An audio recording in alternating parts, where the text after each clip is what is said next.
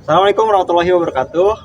Waalaikumsalam warahmatullahi Oke, wabarakatuh. di video kali ini di bagi baca episode kedua akan bersama dengan Dias Aji Pamungkas tadi namanya. Betul, Muhammad Dias Aji Pamungkas. Muhammad Dias Aji Pamungkas. Oke. Ini dia bersama Dias Aji Pamungkas. Oke. Boleh kenalan dulu Oke, salam kenal teman-teman, saudara, rekan-rekan rekan-rekan boleh semua. apapun. Iya. Salam kenal rekan-rekan semua. Saya tadi udah disampaikan oleh Bang Hobi ya, Muhammad Dias Aji Pamungkas, dan saat ini sedang berproses gitu ya sebagai mahasiswa umumnya. Belakangan ini lagi sibuk di organisasi dan ada kegiatan-kegiatan lain di luar kampus juga di bagian akademik. Mungkin itu aja buat kesibukan saat ini. Nah, jadi untuk awal Ji, Yuk, ya, jadi biasa ya kan, kalau penggemar baca itu pasti kayaknya adalah buku-buku yang hari-hari ini lagi dibaca gitu. Betul. Kalau Aji sendiri baca apa nih Ji? Buku yang akhir-akhir ini sedang dibaca? Oke, mungkin kalau buat baca buku sendiri ya Bang ya, itu biasanya ada beberapa buku, dalam artian biasanya kan ada buku yang emang dibaca untuk dihabisin, ada juga buku yang selipan gitu. Biasanya buku-buku puisi. Ya. Kalau buku puisinya biasanya suka baca buku judulnya Seikat Kata Yang Beku. Seikat Kata Yang Beku. Terus ada juga Mengapa Luka Tidak Memaafkan Pisau, kalau nggak salah judulnya. Itu karyanya Aan Mansur. Teman-teman harus baca puisi-puisi Aan Mansur. Promosi dari saya, itu bagus banget gaya diksinya. Selanjutnya kalau buku yang dibaca daily gitu ya, berproses, itu ada buku sketsa dasar. Ada bukunya? Bukunya ada. Alhamdulillah dibawa. Tunjukkan. Ini bisa dilihat teman-teman, sketsa dasar.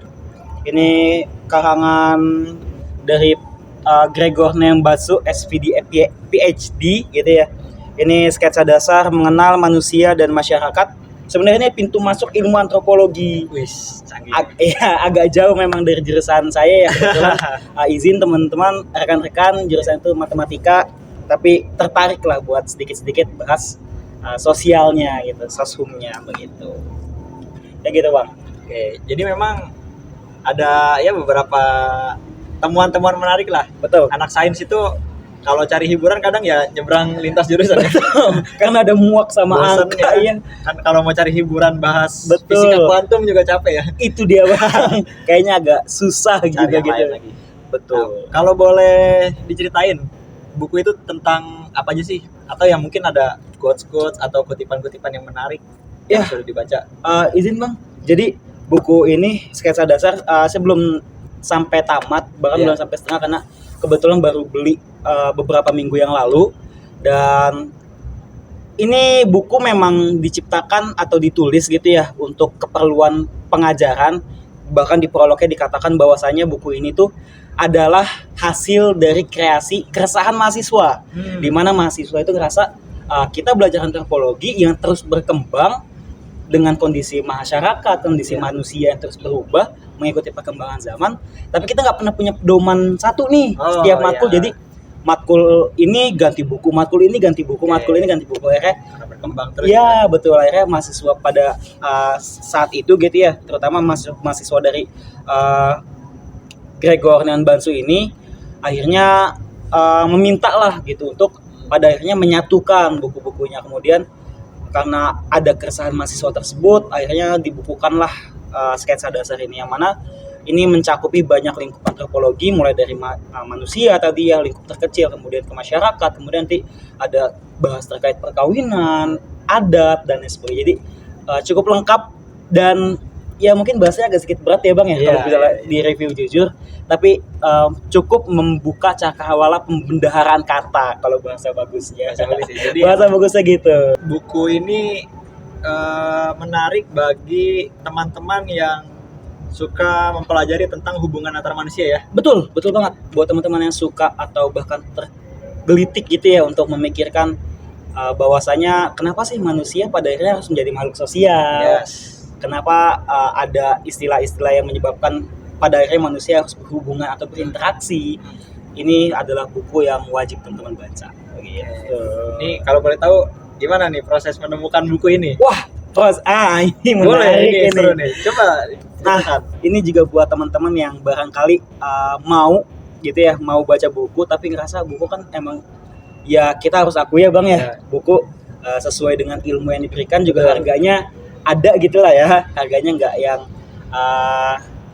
nggak sembarangan begitu. Tapi teman-teman jangan khawatir karena di Gramedia atau toko-toko buku lainnya gitu ya, itu akan selalu memfasilitasi gitu. Istilahnya semesta tuh memfasilitasi kita untuk pada akhirnya mendapatkan apa yang kita mau sesuai dengan apa yang kita cari. Nah, buku sketsa dasar ini Gimana tuh? ditemukan di lorong terbawah, di basement. Iya, di basement. Di Gramedia ya. Event Gramedia Matraman kalau waktu itu, kalau boleh dibilang ya. Iya. Ya, itu ditemukan di situ dengan harga yang cukup murah sebenarnya. Dalam artian bukan cukup murah karena apa ya teman-teman ya, tapi karena memang buku ini yang sudah dikembangkan untuk mata pelajaran gitu ya, untuk mata kuliah. Jadi pada akhirnya ditaruhlah mungkin beberapa ada di event itu, dan di event tersebut juga ada banyak hidden gem gitu ya Bang. Betul. Ada banyak banget hidden gem. Itu Kemarin saya cari. nemu buku-bukunya Buya Hamka, kemudian ada buku-bukunya puisi-puisi Khairul Anwar, kemudian bahkan ada bukan puisi, semacam autobiografinya Insinyur Soekarno dan lain sebagainya. Jadi teman-teman kalau misalnya mau mencari buku bagus, nggak perlu takut harga atau apapun, karena kalau teman-teman cari pasti dapat. Boleh ngutip nggak sih Bang? Boleh dong. Ada quotes Rumi yang saya suka. Boleh. Rumi itu bilang, bukan Rumi, Ali bin Abi Thalib. Ya, dia bilang bahwasanya apa yang kamu cari, apa yang ditakdirkan untukmu tidak akan pernah melewatkanmu. Gitu. Jadi emang kalau misalnya emang teman-teman rekan-rekan sekalian berniat untuk mencari apa yang teman-teman cari atau mau, ya pasti akan selalu berjalan. Begitu sih Bang. Jadi tips buat teman-teman yang tinggal di Jakarta ini memang sudah sebelum itu mungkin ya. Jadi ketika saya SMA itu Gramedia Matraman sering melakukan ya bahasa kita cuci gudang gitu ya. Iya. Jadi eventnya terus mereka jual buku-buku yang udah lama ya. Nah itu kadang kita cari harta karun ya. Iya betul. Murah, terus kira-kira bisa kita angkut gitu. Jadi teman-teman yang tinggal di sekitaran Jakarta wajib banget menurut saya untuk cari informasi dari Gramedia Matraman. Itu di Instagram sering diinfokan. Iya betul. Sip, itu buku yang sedang dibaca akhir-akhir ini. Nah pasti ya perjalanan membacanya seorang Haji ini panjang ya. Alhamdulillah ya, sepak terjangnya cukup ada lah ya. Jadi mungkin sudah melewatkan 1, 2, 3 sekian buku ya, artinya mungkin ada buku-buku yang berkesan di dalam hidupnya Aji nih. Ya, kalau boleh diceritain apa tuh bukunya? Wah, kalau buku yang berkesan sih banyak banget ya Bang ya. Berkesan banyak. Pasti banyak banget, tapi kalau boleh dibilang yang pada akhirnya mengklik gitu ya, memantik saya untuk suka baca buku dan sebagainya tuh ada karyanya Ustadz Solihin Izzuddin kalau nggak salah. Izzuddin. Solihin Abu Izzuddin ya. Iya. Beliau mengarang buku judulnya itu Guru Sepanjang Waktu. Ya. Dan kebetulan itu saya temukan bukunya ketika SMA. Oh, yang covernya naik sepeda ya? Ya betul, covernya naik sepeda. Ya. Jadi nemu buku itu kebetulan kalau nggak salah di perpustakaan sekolah, dan mungkin di sekolah kurang terlirik gitu ya Bang ya. Iya. Kurang terlirik akhirnya karena dari judulnya ini menarik banget nih, Guru Sepanjang Waktu. Apa sih makna Guru Sepanjang Waktu? Kayak dibaca-baca dan sebagainya. Terus banyak nemu quotes karena waktu itu sempat kepikiran buat kayaknya di guru asik nih. Ya menuturkan apa yang kita ketahui dan lain sebagainya. Siapa sih yang enggak merasa terhormat menjadi orang yang berkontribusi pada perkembangan zaman gitu loh. Gitu kan, jadi sangat memantik gitu ya, sempat pengen jadi guru berarti. Iya, sempat pengen jadi guru. Ini bener ya. True story, benar-benar pernah pengen jadi guru gitu. Kemudian pada akhirnya baca-baca buku tersebut dan ada banyak kutipan-kutipan yang menarik. Waktu itu beliau mengaitkan guru dengan kondisi perkembangan zaman, keadaan teologis atau secara agamanya dan lain sebagainya. Dan ada quotes yang menarik, salah satunya jangan berpikir untuk menjadi guru terbaik, pikirkanlah gimana cara jadi murid yang baik. Wah, Gitu. Jadi dalam banget. sebelum kita jadi guru ya gimana kita jadi murid dulu aja gitu loh. Dan itu benar-benar wah iya juga, gimana kita mau ngajarin ke murid kalau kita aja nggak bisa jadi murid gitu loh. Dan itu wah benar-benar bagus banget gue. Kalau teman-teman tertarik untuk jadi guru mungkin itu bisa jadi salah satu petikan, karena dalam bukunya bang ya, Gimana dalam bukunya itu bahkan ada kayak semacam lembar kerja, isinya kayak gimana cara kita memotivasi murid. Kemudian ada worksheetnya ya. iya ada berarti worksheetnya, ada pantikan-pantikannya gimana, kemudian cara-caranya apa. Dan caranya itu ini yang menarik, dibedah nggak cuma dari segi agamanya aja, nggak cuma mengutip dari Imam Syafi'i, Imam Malik, ada juga dari cara-caranya Albert Einstein, Newton dan lain sebagainya. Jadi cukup memperkaya wawasan terkait esensi dan identitas daripada menjadi guru itu sendiri, seperti itu. Itu yang pertama. Wih, yang pertama. Itu yang pertama. Guru sepanjang waktu dari Ustadz Solihin Abu Izzuddin. Ustadz Solihin Abu Izzuddin. Yang kedua ini kalau tadi tentang menjadi guru ya bang. Yes. Kalau ini lebih ke yang lebih general mungkin. Itu ada Art of War. Seni berperang. Ini buku generalnya. Iya. Orang-orang yang senang strategi. Iya betul. Jadi Sun Tzu betul. Art of betul. War atau seni berperangnya Sun Tzu itu bagus banget. Kenapa bagus banget? Karena mungkin memang kondisi atau keadaan masyarakat pada zaman itu ya, yang mana memang di tengah kondisi berperang dan lain sebagainya. Dan ada satu kutipan menarik bang, izin ngutip lagi ya. Boleh. Ini dari kalau nggak salah saya lupa dari film apa gitu. Pokoknya kutipannya seperti kalau ada murid gitu ya, murid bertanya pada gurunya, kalau Anda atau guru disuruh memilih, diminta untuk memilih menjadi pejuang atau menjadi tukang kebun.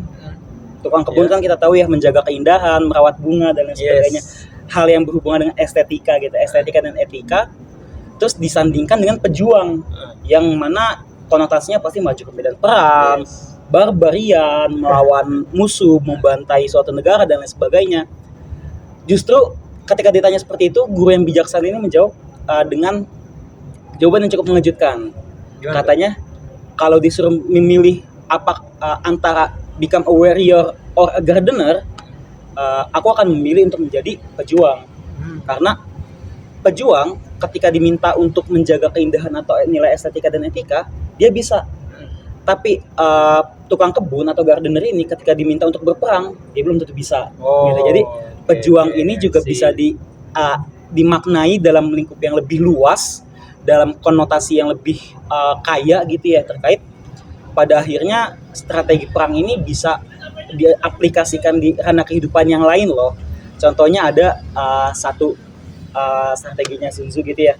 Kalau misalnya kamu harus menyerang musuh, seranglah di titik lemahnya, kayak gitu. Itu kutipan yang singkat, tapi kalau dibedah bisa banyak banget. Dalam artian ya, kalau misalnya emang mau mencapai suatu hal atau mimpi, cita-cita, ya kejar dengan potensi atau langkah upaya yang paling maksimal gitu loh. Jadi nggak sebatas ya udah seadanya kita lempar, seadanya kita usaha dan sebagainya, tapi benar-benar dipukul di titik yang paling lemah, yang paling bikin musuh knock out gitu ya kalau bahasa anak sekarangnya begitu. Jadi Art of War Sun Tzu juga banyak memperkaya wawasan dan bisa bikin kita kayak, oh ternyata kita bisa mikir begini loh, ternyata kita bisa berpandangan seperti ini dan lain sebagainya.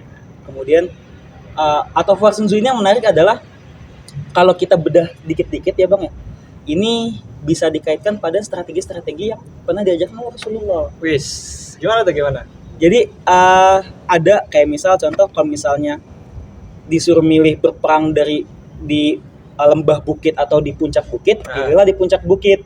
Karena yang di puncak bukit bisa ngeliat yang bawah, tapi yang bawah nggak bisa ngeliat ke atas.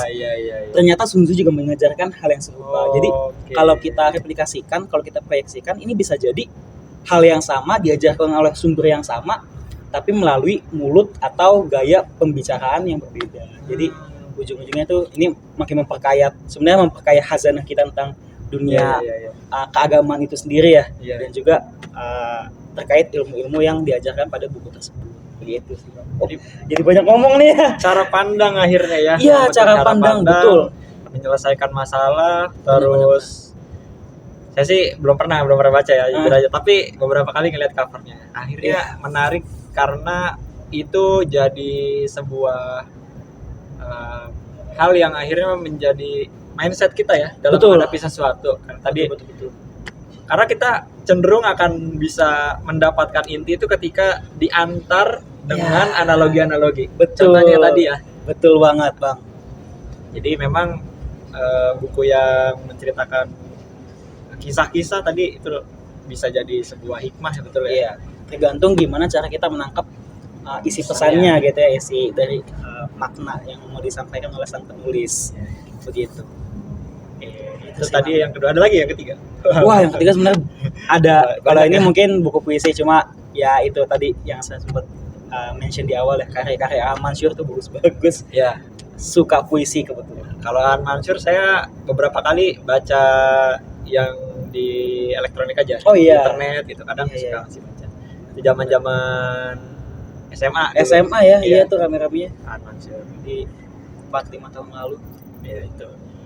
Oke. Ini kan dengan kesibukan sekarang gitu aja ya. Iya. Artinya sedang berada di organisasi juga, terus tadi punya minat baca yang bagus, artinya ada momen nih harusnya nih ya. Semoga teman-teman MIPA nonton ya. Iya betul. Teman-teman MIPA nonton dan energinya sampai ke betul mereka gitu. banget. Nah, kira-kira di momen ini apa nih Ji yang mau disampaikan ke mahasiswa khususnya secara umum ya, kepada dunia baca itu sendiri? Ya mungkin kalau untuk segi penyampaian spiritnya gitu ya Bang ya, penyampaian spiritnya bahwasanya kita sebagai mahasiswa itu memang sudah seharusnya memperkaya perbendaharaan kata. Betul. Jadi jangan sampai ketika sudah terlabeli sebagai mahasiswa kita masih stuck dalam perbendaharaan kosakata, kita masih stuck pada tingkat kognisi atau tingkat kecerdasan yang tidak jauh berbeda dengan ranah sebelumnya, yang mana secara strata mahasiswa kan jelas lebih tinggi ya. Bukan dalam artian mahasiswa menjadi lebih eksklusif dan lain sebagainya, tapi melainkan secara daya pikir dan kemampuan dan banyaknya kosakata yang dimiliki harus lebih luas, dan baca buku adalah salah satu jawabannya. Betul. Karena gimana caranya kita mau menguasai atau mendalami gitu ya, atau memperbanyak perbendaharaan kata kita kalau kita nggak banyak baca sumber katanya dari mana, begitulah. Ini yang seharusnya jadi topik utama dan jadi pembahasan atau isu yang turut serta disemarakan oleh mahasiswa itu sendiri. Nah, buat kalau misalnya teman-teman MIPA baca ya Bang ya, nonton nih. Kalau misalnya teman-teman MIPA nonton, MIPA UNJ tentunya,